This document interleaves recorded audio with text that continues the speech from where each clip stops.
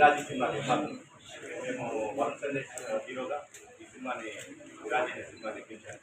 So ఈ cinema release August 2 release చేస్తున్నాం world వైడ్గా. ఈ సినిమా ప్రమోషన్స్లో భాగంగా ఈ విజయవాడకి రావడం జరిగింది.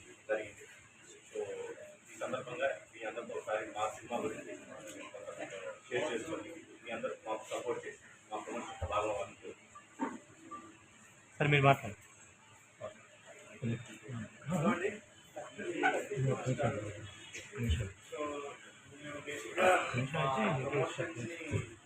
విజయవాడ నుంచే మొదలు